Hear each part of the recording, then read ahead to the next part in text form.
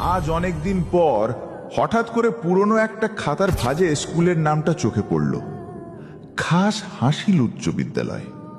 একটা নাম, একটা স্মৃতি, একটা জীবন। আজ আমি শুধু সেই ছেলেটা হতে চাই যে স্কুল ড্রেস পরে প্রতিদিন ছুটে যেতেও শ্রেণীকক্ষে, হাসতো, খেলতো, স্বপ্ন দেখত। সেই মাঠটা যেখানে আমরা ঘন্টার পর ঘন্টা খেলতাম, সেই ক্লাসরুম যেখানে প্রথম বন্ধু বানালাম, সেই স্যার ম্যাডামের গলা যারা শুধু পড়াননি, আমাদের মানুষও বানিয়েছে। মনে আছে পরীক্ষার আগের রাতগুলো, চাপ, টেনশন, আর পরদিন সকালে স্কুলের গেটের সামনে দাঁড়িয়ে বন্ধুর মুখে একটাই কথা, পড়িসনি? আমি তো কিছুই পারি না রে।